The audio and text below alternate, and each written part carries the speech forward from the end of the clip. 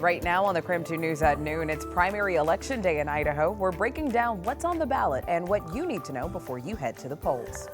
And rain is on the way, so we'll have your full forecast and when you can expect those first drops.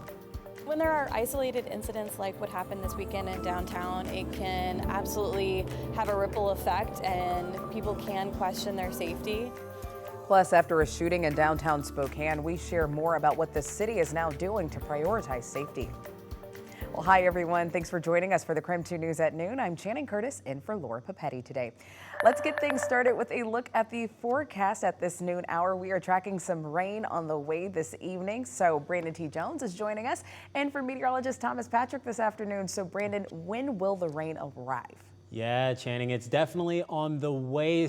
Currently, our forecast is looking like by 4 p.m. it's starting to officially start and roll in. But we take a look at our weather headlines for the day. We've got widespread rain by tonight. You'll definitely be seeing some type of showers.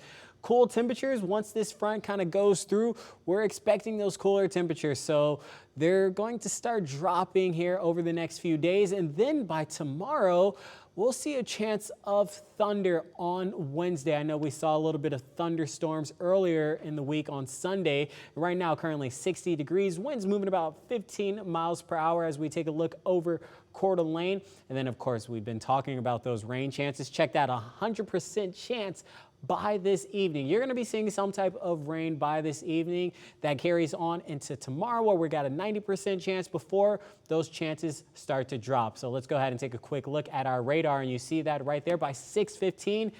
You're going to be having some rain over top of you. But of course, we'll take a full look at your forecast a little bit later in the show. Today is Election Day in Idaho, and voters are headed to the polls to vote in the primary election. Now, the polls opened in Idaho at 8 this morning, and voters now have until 8 p.m. to fill out their ballot. So for Idaho voters who did not vote absentee, they are required to go to their assigned polling place, like one in Post Falls, and vote in person today. So let's take a look at 3 other things that you should know about the Idaho primary election today. First, this primary includes races that are focused on the state and county levels. North Idaho races are listed on your screen right now. They include U.S. Representative District 1 and 2 and the Kootenai County Sheriff positions as well. Second, primary voters will receive a ballot corresponding to their party's affiliation. Unaffiliated voters will receive a nonpartisan ballot. However, they may also choose a ballot for a party that opens its primary to unaffiliated voters. The Idaho Republican Party only allows voters who choose to affiliate as Republicans to vote in their primary, though.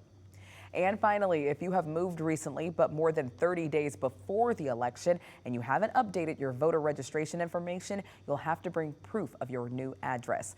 If you moved less than 30 days before the election and are eligible to vote, you can go to the polling place associated with your old address. Now, to find your polling place and even more information on today's primary election, text the word primary to our number 509-448-2000, and we'll send you a link with all of that information right to your phone. And then, of course, be sure to watch the KREM 2 News at 10 and 11 tonight for election results.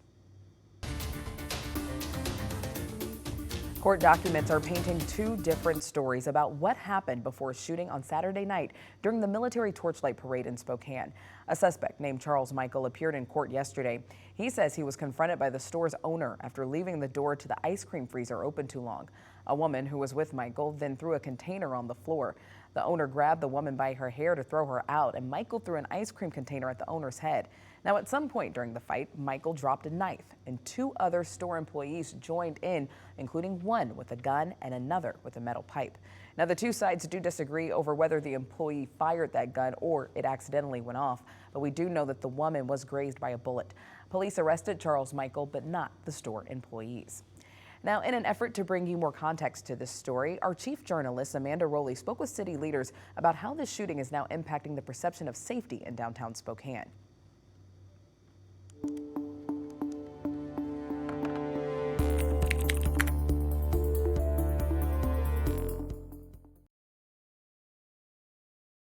The shooting in downtown Spokane over the weekend happened just steps from the parade route. Now, although Spokane police say they weren't related, this shooting still has some people on edge. But the latest crime data shows things are improving in downtown Spokane. It's that time of year when Spokane draws crowds downtown for major events, including the annual Armed Forces Torchlight Parade. But all that fun and excitement comes to a halt when your safety may be at stake. Over the weekend, Spokane police responded to a shooting at a downtown Spokane store near the parade route. We were thankful that the Spokane Police Department reacted quickly. President and CEO Emily Cameron says public safety is a big priority for the downtown Spokane partnership. Well, when there are isolated incidents like what happened this weekend in downtown, it can absolutely have a ripple effect and people can question their safety. There's a perception that downtown Spokane is not safe.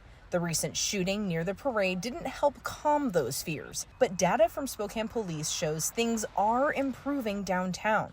SPD's latest data shows violent crime in the downtown precinct decreased by nearly 7% over the past year, and property crime went down by more than 14%. SPD attributes some of that improvement to the department's reorganization last year.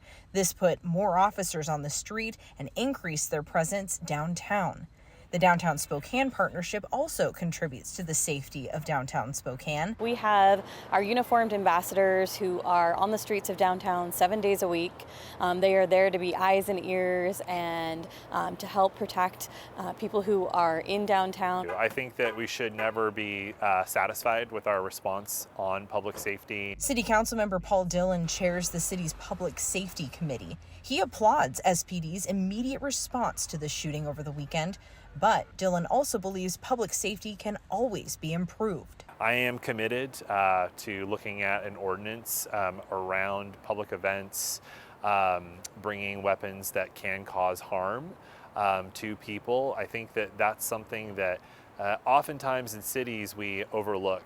We also received a statement from the interim city administrator that says the city prioritizes emergency preparedness plans for all major events, adding that coordinated response plans were successfully executed over the weekend during the downtown shooting. We'll have that statement on KREM.com. Reporting in downtown Spokane, Amanda Rowley, KREM 2 News. It's now been 9 months since the devastating Gray Fire tore through Medical Lake, destroying dozens of homes, burning thousands of trees, and claiming one life. While the rebuilding efforts are well underway, several viewers have reached out to the Verify team to ask if the lake itself is safe to swim and recreate in. They question if things like fire retardant, debris, and runoff from firefighting efforts may have polluted the water. So we took those questions to the mayor of Medical Lake, an Eastern Washington geology professor who regularly tests the water, and to the city's wastewater director. So if someone came to you and asked you, hey, is the lake safe to use this summer following the wildfires from last summer, what would you tell them? Hear his answer to that question and much more about the lake following the historic wildfire coming up tonight on the KREM 2 News at 6.